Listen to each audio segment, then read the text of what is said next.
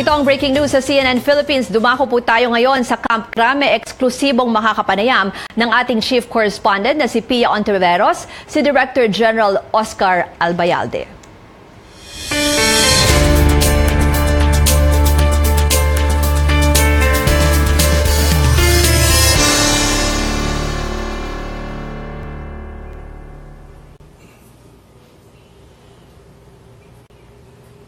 Director General Oscar Albayalde. Sir, good morning. Good morning, Pia. What was it like waking up this morning and realizing, nakalimutan niyo po ba na Chief PNP na kayo? Yes, actually I did.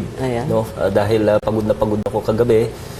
When I woke up, nag-set ako ng alarm clock. No? I thought I'll just be going up dahil natutulog ako doon pa sa, sa NCRPO, doon sa quarters doon. So I thought that I'll just go up to sa office when I realized that I have to go to Camp Crame because I'm already the Chief PNP. Sabi niyo sa sarili niyo, Chief PNP na pala ako, ganon? Yes, so I hurried dun sa comfort room to take a bath and dress up. Wow, it took a while, ha? So hindi pa kayo sanay sa 4 na estrella sa balikat?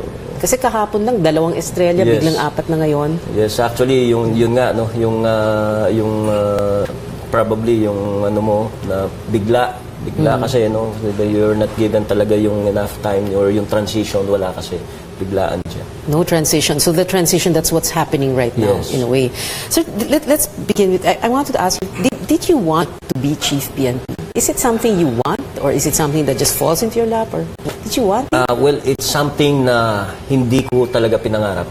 No? Well, ang sabi ko nga, it's something na it will come kasi. The pag-Chief PNP kasi, we all know that it's a destiny. No? It's God-given. It's destiny. Definitely, it happens in God's time. No? Walang makakasabi kasi talaga. And sino ba makakapagsabi na kung sino yung mga nag-Chief PNP dyan during their junior times, no? So, you know, Pia, what's really very important when we were cadets, yung sabi nga natin, what motivated us, yung makikita mo, and I'm sure your husband knows that also, yung makikita mo dun sa hall, no? Nakasulat dun, nakalagay dun. Which hall, sir? Yung hall dun sa, yung multipurpose hall where we sleep during the beast barracks, the first 2 months of our... the worst yes, moments of your cadet life? First 2 months of our cadetship. Nakalagay dun, from this hall shall emerge the future generals of the armed forces of the Philippines. So parang yun ang talagang motivation, no, is to become a general. You never know yung magiging chief of staff ka before or chief PC, you never know that. To become a general, yung magkaroon ka ng unang that's the ultimate, that's your ultimate kasi dream. That's your ultimate dream, is the star on your shoulder. So in other words, sir, you would have been happy, correct me if I'm wrong, you would have been happy if you had retired as a 2-star or a 3-star? Yes. Just to tell you the truth, Pia, when the Chief PNP, before he assumed as Chief Philippine National Police, I asked him if I can be the regional director of Region 3 only, because I'm from there, no? And I've been there I was assigned there for more than 12 years, so basically I know the area, I know the people there, especially the politicians, I know the political atmosphere there. But he said no. He wanted me to be the RD of NCR. So I did not comment anymore, and I accepted the challenge right away. Okay, so after NCRPO, at that time, hindi mo pa naiisip na kung parang iniisip nyo na lang, anong position na available sa Crame para makapag 3-star? What was in my mind then is to, yung support all the programs of the PNP. If you'll see, Pia, including the internal cleansing of the Chief PNP, yung internal cleansing program ng National Headquarters, it's only probably, no, I'm not saying it's only NCRPO, but it's the NCRPO who reacted, no, so much dun sa mga sa mga programs ng PNP on Tokhang.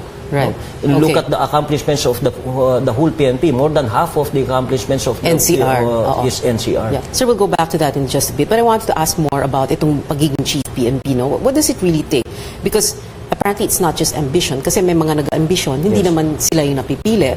It's also not being close to the President or being personally known by the President, because na-shatter na nga yung myth na hindi naman pala kailangan na tiga-Davao ka para maging Chief PNP ka. Yes, you know, Pia, last Monday when I met personally with the President, I thanked him personally. He said to me na you don't need to thank me because you deserve it. It's yours. No, you earned it. Yun ang sabi niya sa atin. Yeah. No, I think that's why he said during yung speech niya kahapon, parang you don't need to thank me. It's your achievements that yes, matter. and you know what's good thing here is it motivated everybody, no? It motivated the especially the officers, yung mga commanders natin on the ground. Nakita nila na wow, it's based on merit, it's based on performance, not based on political affiliations or based on personal connection. Okay, meritocracy. We'll go back to that in just a bit. But first, sir, I wanted to ask you, yesterday you said those who betray their oath and their badge will be sanctioned. You are, of course, sir, referring to scalawags, and you've had quite an experience dealing with them as NCRPO. But now, on a very national scale, how exactly are you going to go after them? Should you just remove them from their position? Should you just reassign them? Yes, yesterday I've already given directives sa ating Directorate for Personnel and also from IAS to check on all the pending cases. No, I told them if we can expedite all these cases, kung talagang kinakailangan, if we really need to suspend these people, then we suspend them outright. No, and instead of giving 4 months for the decision or resolution of the case, if we can do it in 2 months, we'll do it in 2 months. Bilisan na lang So lahat, that these people will feel that we are serious on this. Oo. Do we have an idea, parang anong ratio nun? I mean, mga POs, SPOs, officials, junior officers, senior officers? Well, when I was with the NCRPO, we have, remember when I was with the NCRPO since July 1 in 2016, we have already dismissed 279 people, no, because of various reasons, because of various offenses, grave offenses like that. No, so meron dito yung the senior officers, superintendent, up to superintendent, those that are involved in kidnapping, extortion, illegal drugs, and we have demoted 99 people also. And suspended 825 just in NCRPO alone. Okay. So where does the PNP go wrong when there are those among its ranks who betray, like you said, betray their oath and their badge? Is it recruitment? Recruitment ba? Because if you look at it, parang karamihan na involved dito, mga PO1. Yes. No? Actually, that's one thing we noticed. No?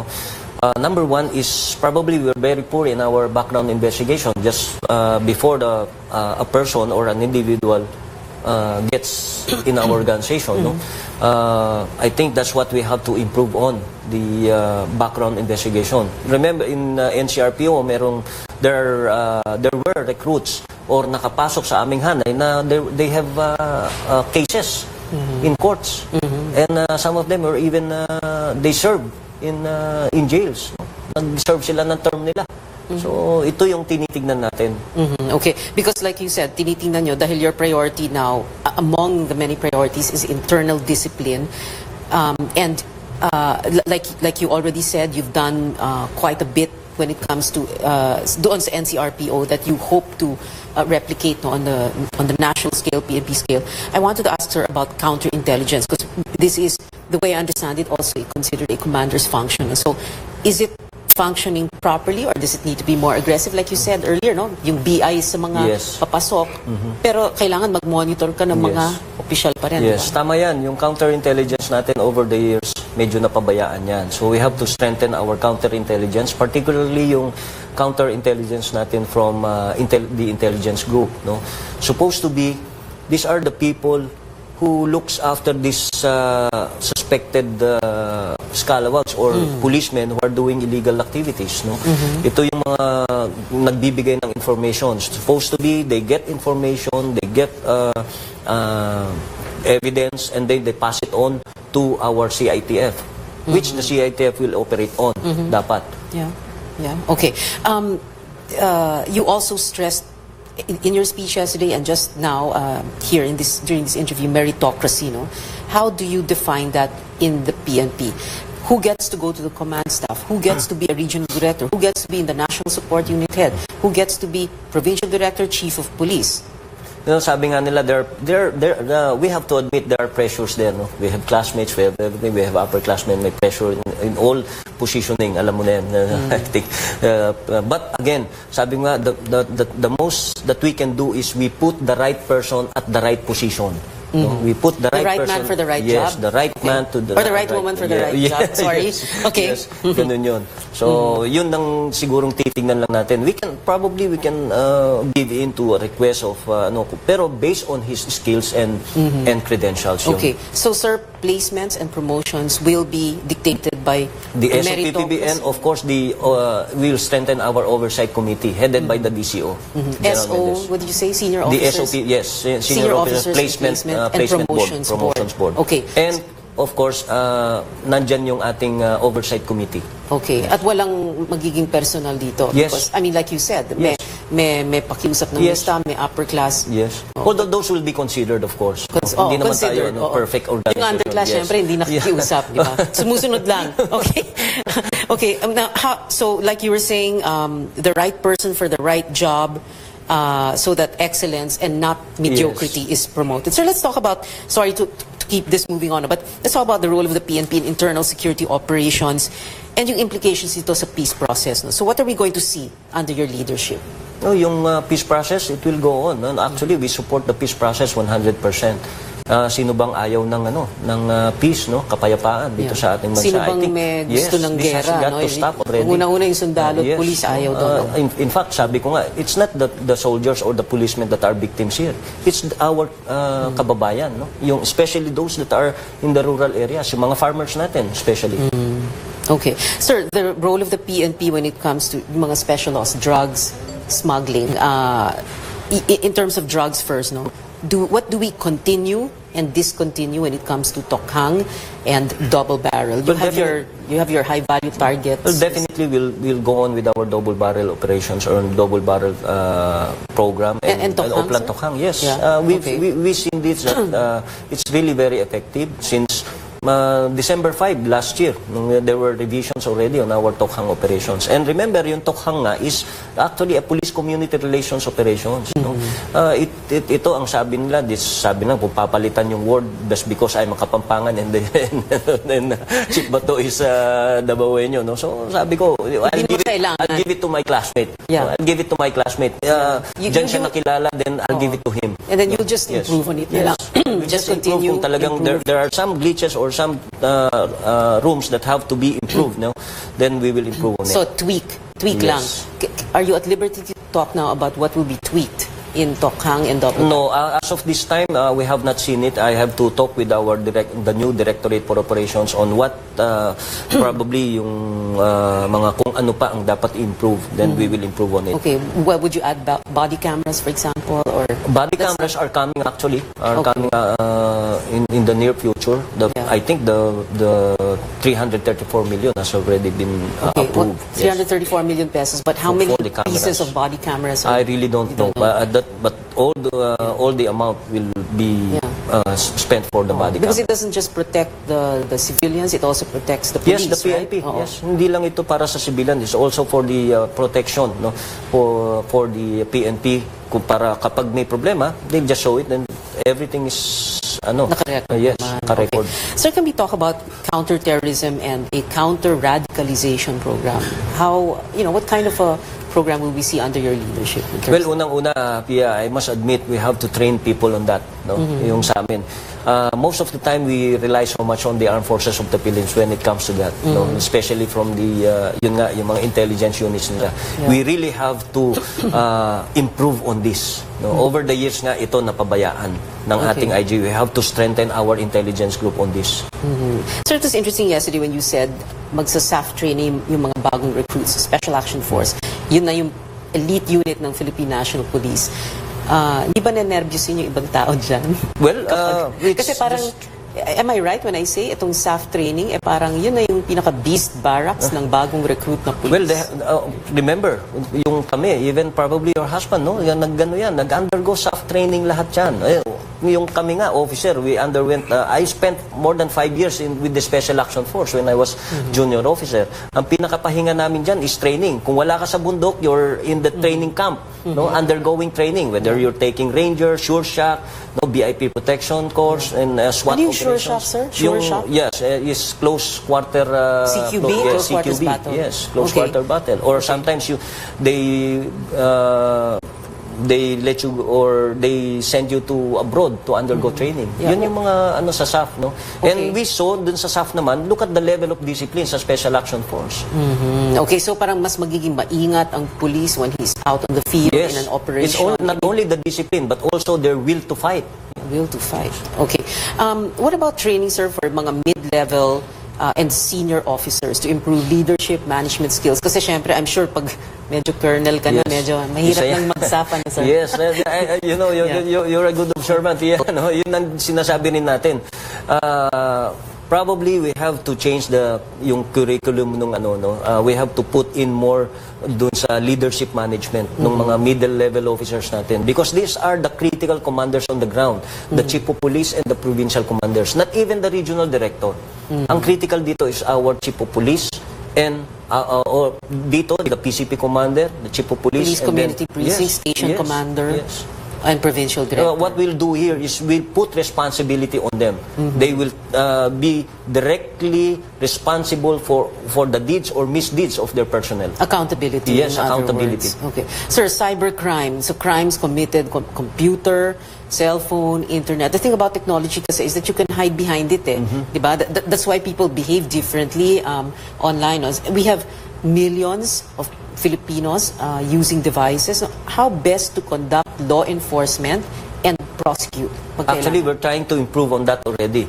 Remember, ngayon sa QCPD, they have their own cybercrime unit. No, it was funded by the local chief executives, Mayor Bautista. He spent more than 50 million on this. And ito yung nagiging trend ng crime ngayon. So we really have to improve on our anti-cybercrime group.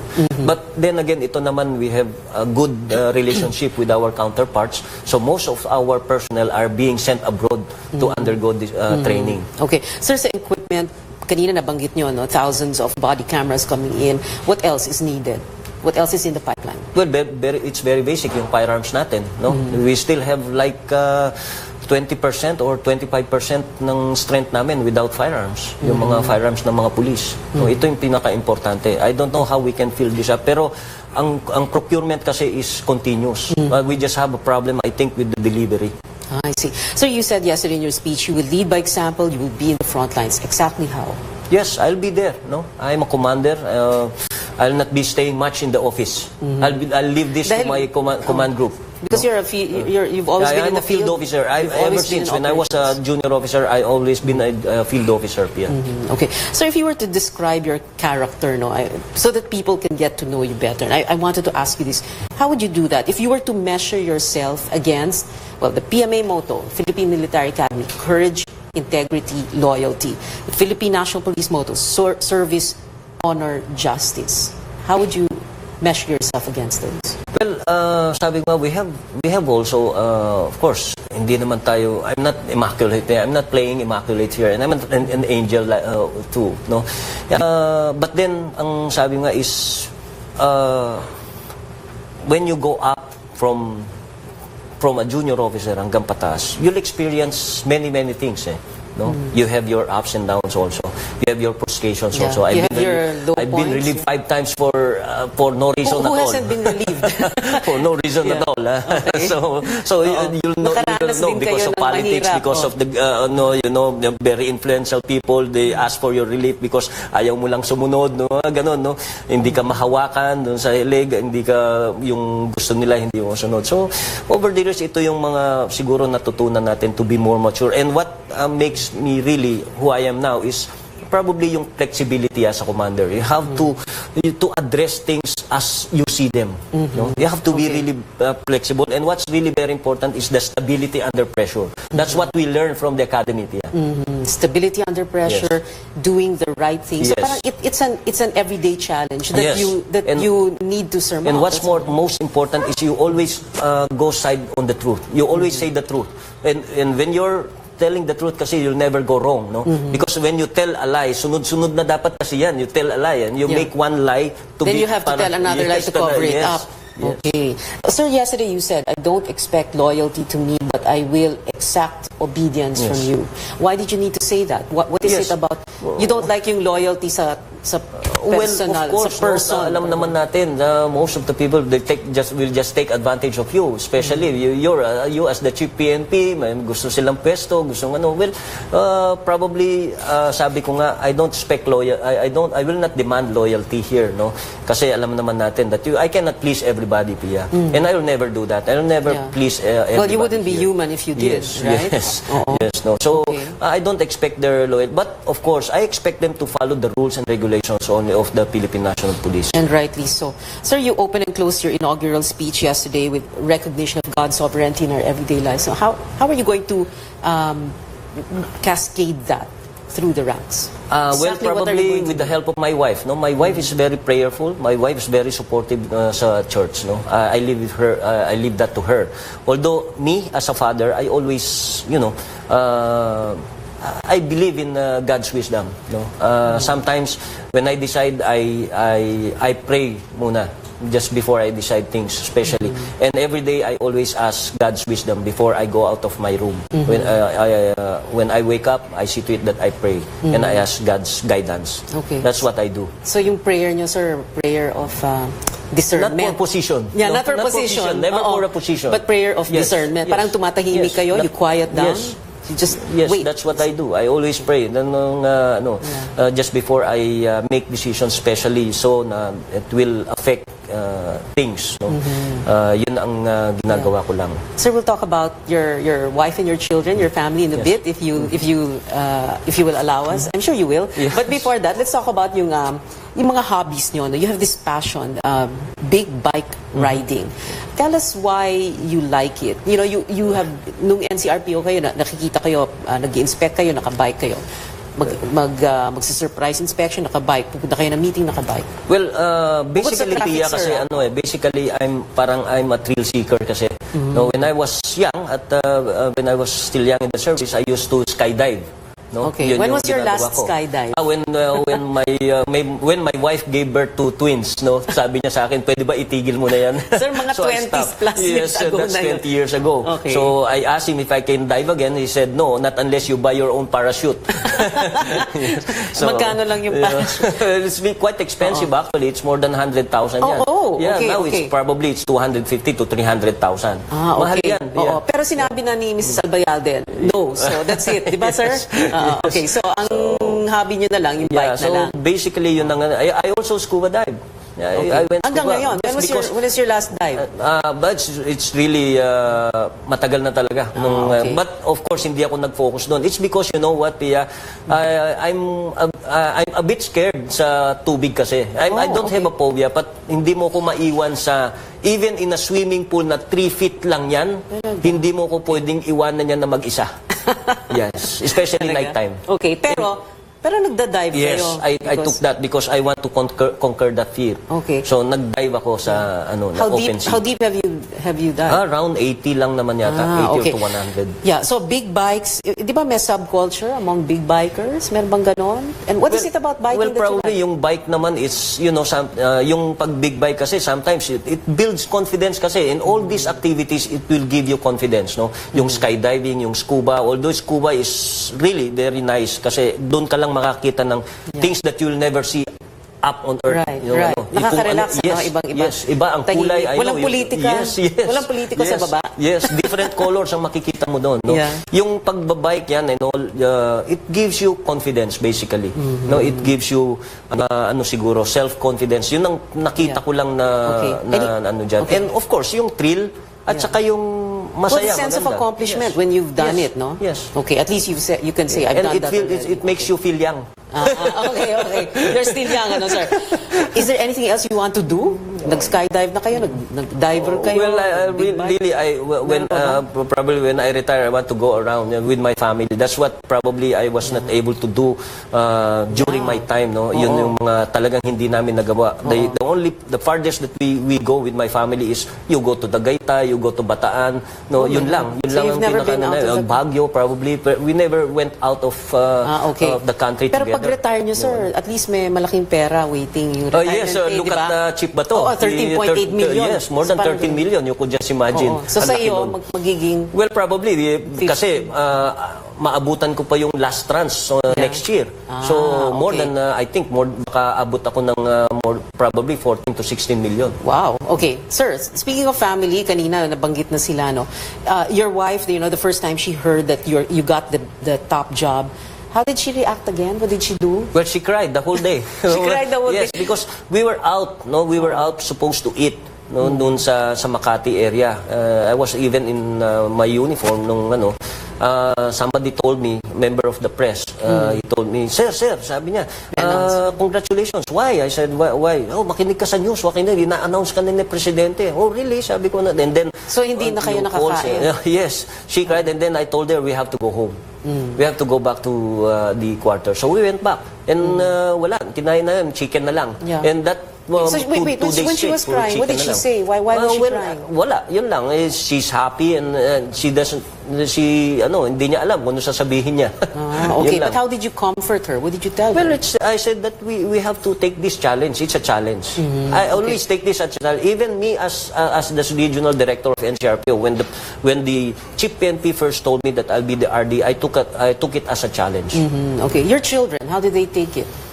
And can you describe them? I mean, we have 4 minutes left, but I wanted to ask more about your wife and kids. They were all happy. How they were old are all they? proud. You have twins, diba? Yes, yung eldest, actually, no? they're working na. They're working their nurse abroad, no? So they have to go home for 10 days lang, and they'll be leaving a day. All 3 of them? Kasi you have 4 kids, 3 boys, 1 girl. Yes, my eldest is a pilot. Oh, so okay. Where? Then the twins, I have twins. Sir, yung piloto, saan siya piloto? He's with the PAL actually. Okay. And then yung twins nyo? Yung twins ko are nurses abroad. Abroad, okay. So yung nag-aaral ko na lang is the only girl. She's 15 years old. High school. So, yes, yun na lang ang nag-aaral Medyo ko. nagugulat din sila, no? Na bakit nangyari Yes, to sa akin? actually, kaya tinatanong nila if I'll be the chief PNP noon. Sabi ko, we really don't know. Don't expect anything. No, They were asking me, you deserve it. Well, we cannot say that I deserve it. I can only say that I deserve this position after my stint. And it will be the people who will say that if I deserve this or not. Judgment day will come later on. Sir, your family, I suppose, is very important to you. Yes, they are. How do you show that? Yes. How do you show that? Well, as much as possible, during my free time, especially Sunday, I spend Sundays with them. No, I see to it that we go out, we eat. Yun lang naman ang sa amin eh. We eat. Yun lang ang parang ano namin. But sabi ko nga, we never went out like dyan lang sa Asia, no, travel. We have not done that. No, although we've been sa US once upon a time na mga pupunta doon, and of course ng mga relatives kasi mga asawa ko nandun lahat, no. So yun ang ginagawa lang namin. Basically, ganun din. Kasi my children are very simple, Pia. Wala silang luho, no? Yes, wala. They love cars, yun lang. They love cars. But of course, I cannot afford cars. They tell them to buy their own. Yes, tama yan. Tama yan. I tell them, if you want something, you should earn it. Right. Okay. Sir, we have 2 minutes to go, and I of course, apart from the usual final words, I'll get that in a bit. I wanted to ask, sir, if you don't mind, ikwento niyo naman yung love story niyo ni Mrs. Albayalde. Cadet girl ba siya or what? No, really. I think she knows that na hindi naman siya ang cadet girl ko. She knows that. It's accepted yun. No? I met her here in Camp Crame actually. Oh, why? Yes. What is she? Ano siya? Medtech kasi siya. No? Siya? Intern siya sa crime lab. And I was undergoing intelligence, basic intelligence course. Okay. Officers basic intelligence course dito sa ITG. No? I met so yun, nag-start yun. You know what's funny is meron siyang classmate na gusto ako. Meron siyang classmate na gustong-gusto ako. But then ginamit niyang bridge is my wife. So when my wife saw me, sabi niya daw sa sarili niya, now this guy will be my husband. Wow. Okay. So sir, describe your marriage in 1 word. Happy. Very happy. Yes. Great. Sir, final words. You have 10 seconds. 15 seconds. Well, first of all, I'd like to thank the Almighty God for giving me this new challenge in my life, no, and of course the President, also Mayor Rodrigo Duterte, and of course my family, and all our kababayans for their support. How I wish that I could do everything that with lahat ng expectation, no, and I promise and I assure the Filipino people that I'll do all my best, no, to meet the expectations of our President and of our countrymen. Director General Oscar Albayalde, sir, thank you very much. Congratulations. And our very snappy salute, sir. Salamat po, sir, Maraming for granting salamat us sa this iyo. interview. Thank you. Thank you very much. You can just continue talking.